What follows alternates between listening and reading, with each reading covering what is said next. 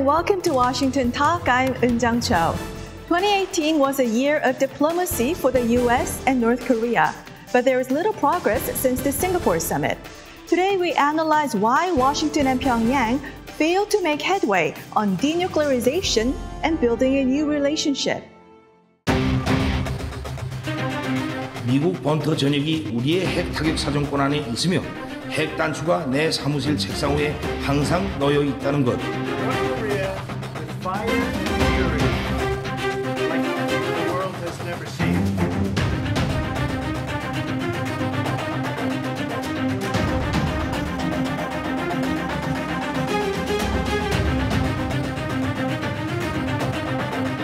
An American president and a leader of North Korea proves that real change is indeed possible.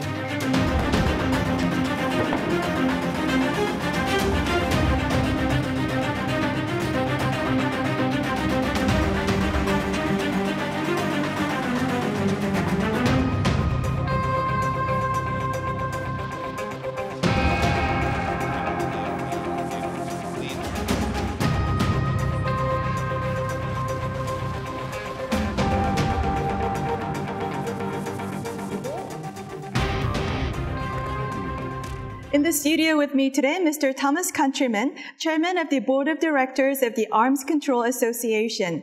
Mr. Countryman was acting Undersecretary of State for Arms Control and International Security. Also joining me today, Mr. David Maxwell, Senior Fellow at the Foundation for Defense of Democracies.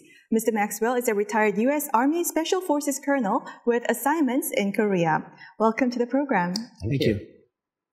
Now, at the Singapore summit, the U.S. and North Korea agreed to establish a new bilateral relationships. So ever since, has the relations improved? It certainly is an improvement when the two leaders are talking to each other instead of exchanging very violent threats with each other.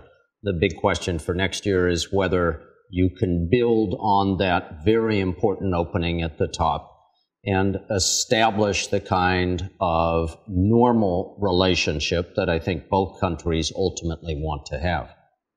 Do you see any improvement in relations? Yes, well, certainly. Talking at the highest level is certainly an improvement and something that we haven't seen before.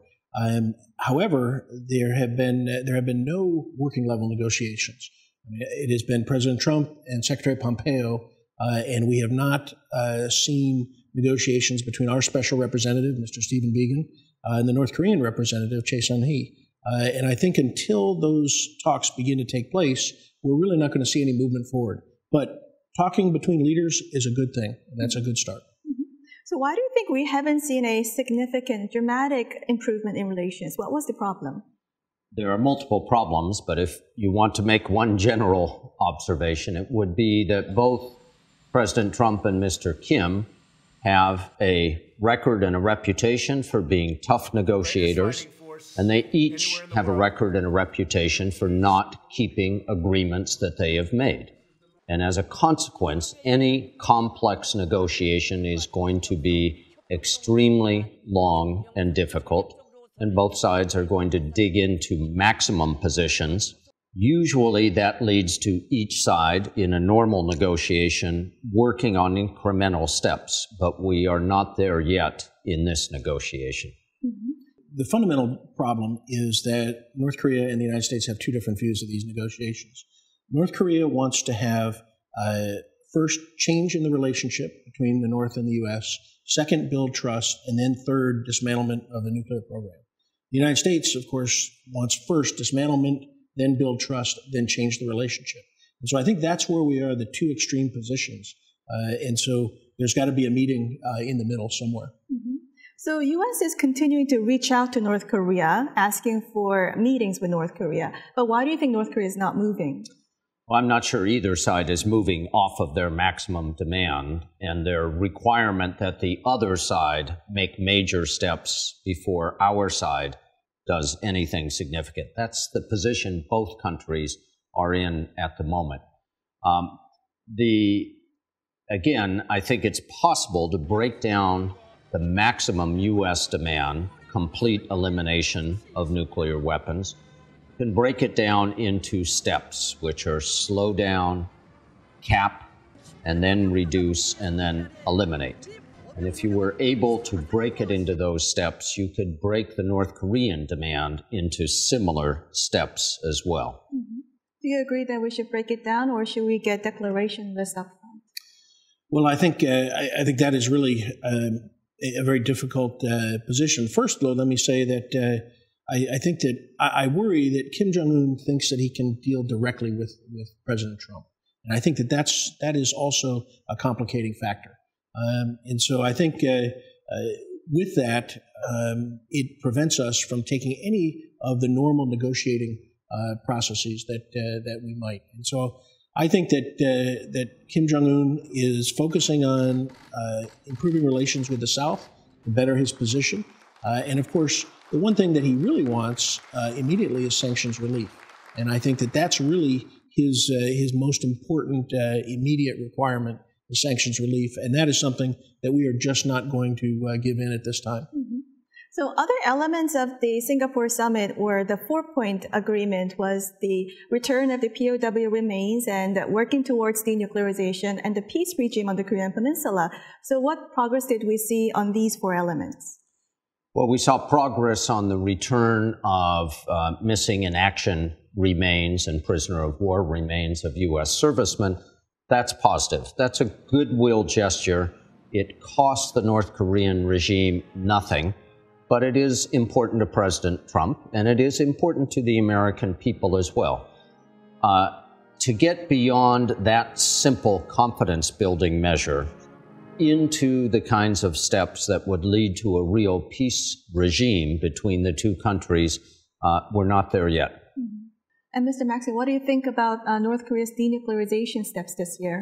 Well, I don't think they've taken any substantive denuclearization steps. I think that the actions that they took at Pyongyang were purely symbolic. And of course, there have been no inspectors there, so we really don't know what the status is. They brought journalists in, they destroyed 2 of the opening tunnels, and that's really it.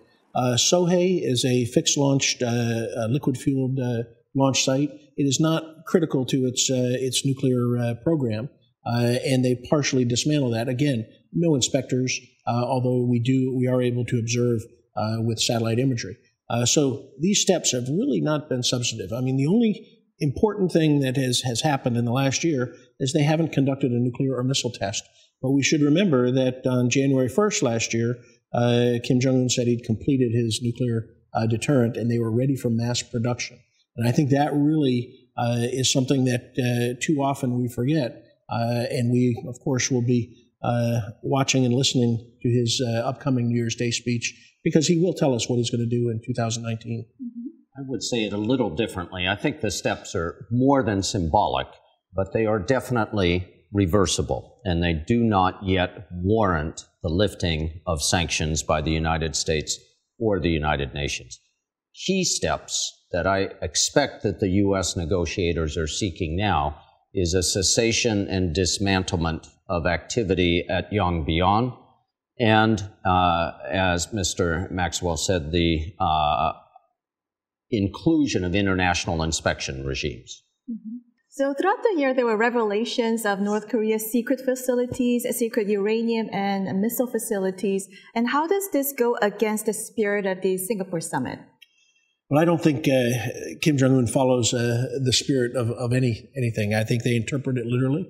But again, I think that these revelations, are indications that North Korea continues to develop its nuclear and missile programs. And I think that, from North Korea's perspective, since they have not gotten concessions, since they still perceive a threat, that they want to maintain their deterrent capability. And again, he said that they were going to begin mass production. So it really should be no surprise that they are continuing to do this. And these really aren't revelations, but it comes really from the nature of the Kim family regime, how they think and how they operate. Ever since the Singapore summit, Russia, China, and South Korea has been asking for easing of the sanctions. What do you think is that? Let's start with China.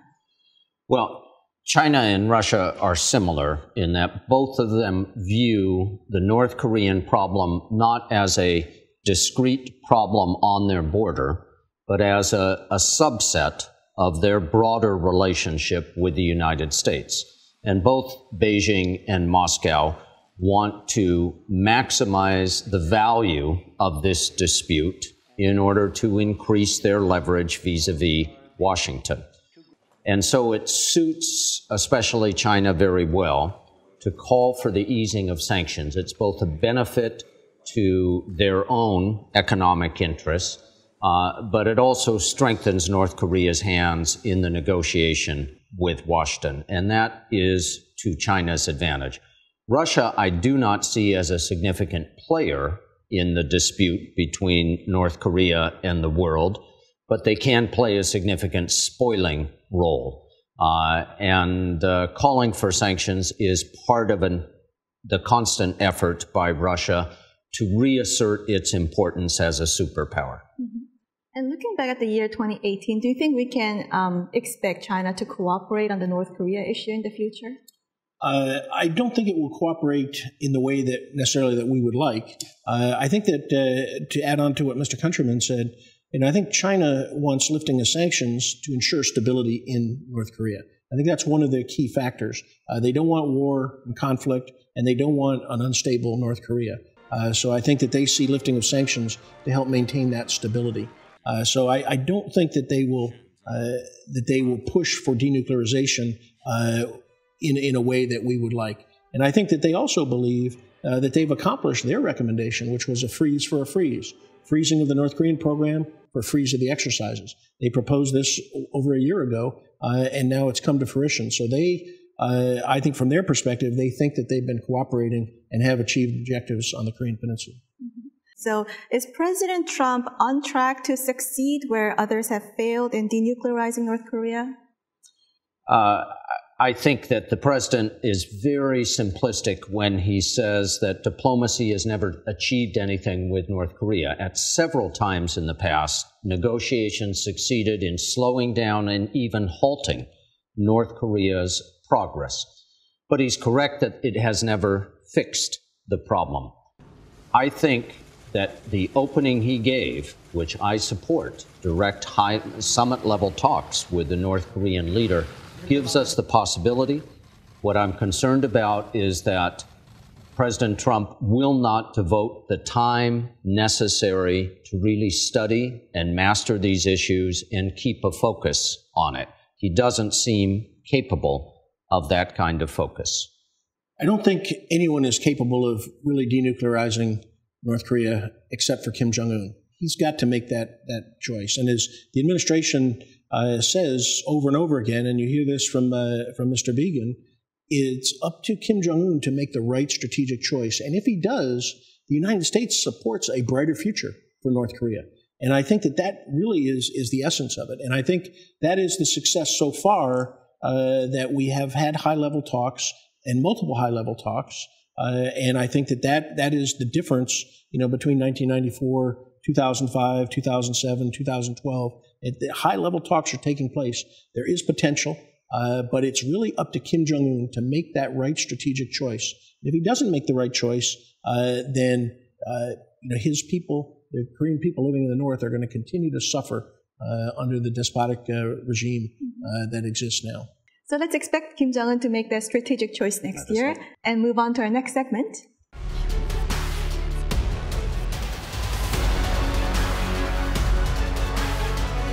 한반도의 비핵화와 항구적인 평화 체제를 위한 우리의 여정은 결코 중단될 수 없다는 점을 확인하고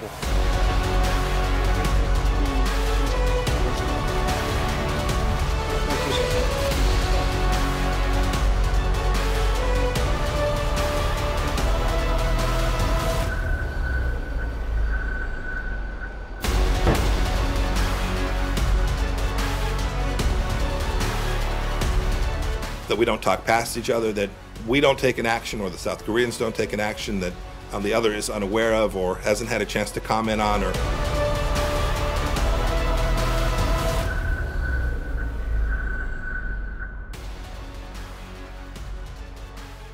The U.S.-South Korea alliance had its ups and downs this year. South Korea's rush to engage North Korea strained the alliance. In 2018, when did U.S.-RK relations reach the lowest point, do you think?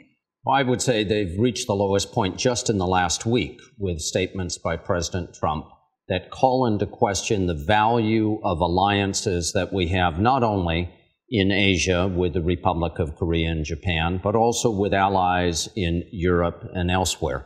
When he refers to the U.S. having been suckers for engaging in alliances, I think that has to send a very negative message, not just to the South Korean government, but to the South Korean people as well. Mr. Maxwell, when do you think was the lowest point? Well, I think Mr. Countryman makes an excellent point, and I think we should discuss that. But I think that it's after the September 19th Pyongyang Declaration, and I think that the comprehensive military agreement between North and South, I think at that point relations were somewhat strained because agreements were made between North and South that have military impact, alliance military impact, and there was not sufficient consultation prior to those agreements being made. So I think that was probably, if not the low point, it was probably the second low point.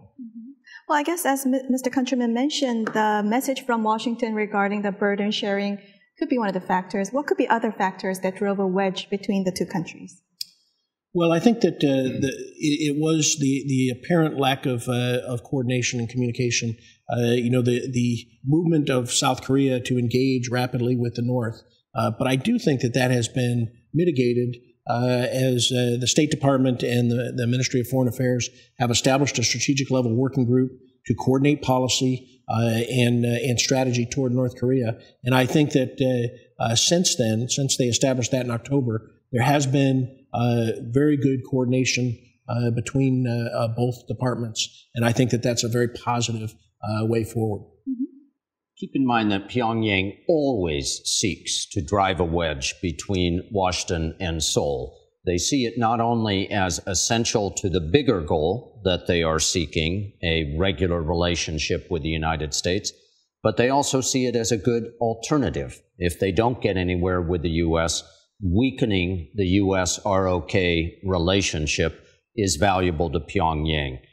Despite that, I continue to have a lot of admiration for how President Moon has handled the diplomacy both with the North and with the United States.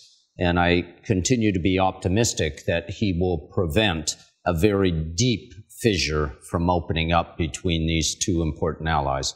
On the other hand, some people say that President Moon's initiatives actually raise concerns of pacing in Washington.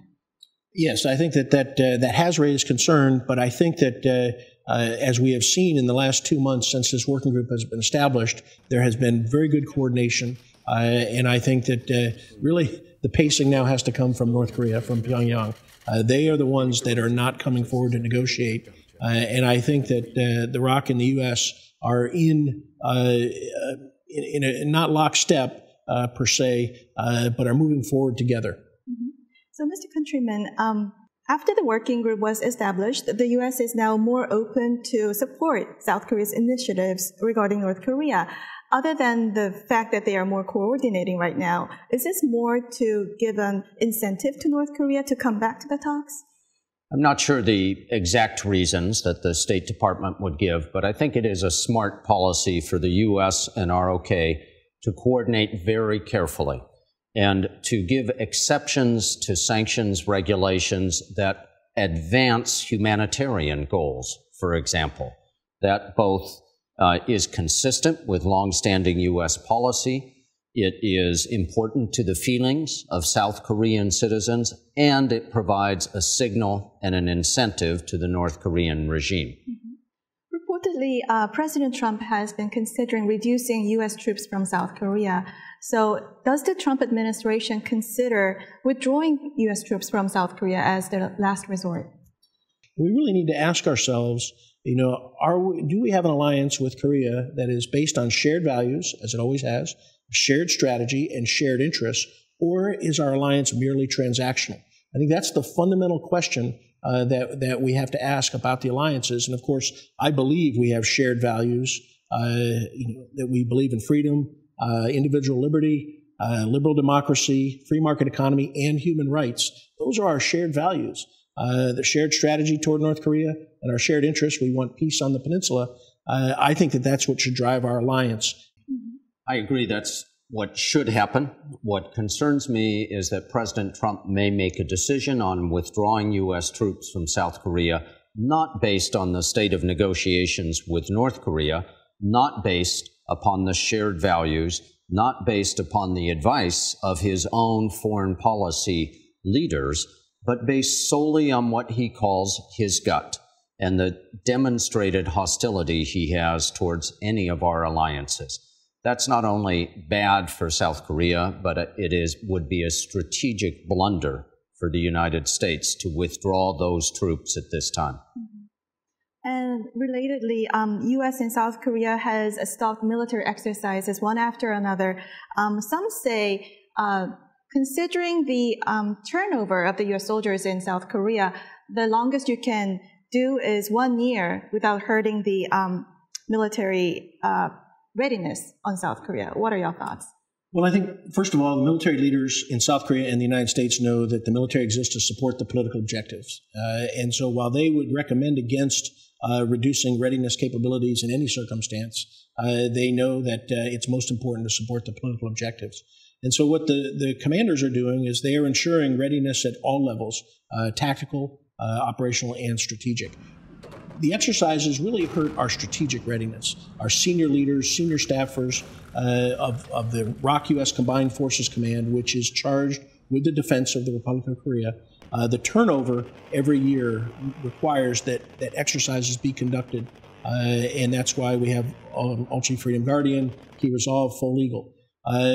But commanders are now taking steps to ensure readiness in other ways to mitigate the risk that is caused by this while still continuing to support the political object. So readiness does decline somewhat, but commanders are creative and know how to mitigate these risks, and they are doing so. And last question, other than the working group, what can the U.S. and South Korea do going into 2019 to improve the bilateral alliance and relationship? Well, from the United States side, the most valuable thing would be to have the president, number one, keep agreements that the United States has made, and number two, speak about allies as a positive force for the United States as part of our security. I don't know if the president will begin to do that. I don't know if we'll get a Secretary of Defense who will try to do that the way that Secretary Mattis tried to do it. But that would be central in my mind. From the ROK side, it's consult, consult, consult. It has to be, before the ROK does anything with the DPRK, there is going to be no surprises in Washington about what President Moon's team is doing. Mm-hmm. Well, we'll leave it here and move on to our next segment. Now time for the photo moment, time to look at an interesting North Korea picture. Today we have a picture from this week's groundbreaking ceremony for Inter-Korean Railway project at the North Korean city of Daeseong. What was absent from the ceremony was actual breaking of the ground. There isn't a blueprint for the project yet. David, what's your reaction? Well, the sign certainly looks wonderful, and I hope someday that they are able to connect the train. I had wondered if Kim Jong-un would have showed up with his armored train ready to ride south, and perhaps with President Moon aboard. But I think they're not at that point yet. So I think that this is a great first step towards improving relations between North and South, but there's still a long way to go. Tom? It's a symbol, it's a hope, it's a dream. I wish that it would be an inspiration to negotiators, especially in the North, to try to move forward on reducing security risks so that this kind of economic and personal benefit can flow to all the citizens of North and South. Well, that's all the time we have for this week. Mr. Maxwell, Mr. Countryman, Thank you. Thank you for joining us. Thank you. This was Washington Talk from the Voice of America, and I'm Eun Jung Cho. Join us in the new year for more analysis on North Korea.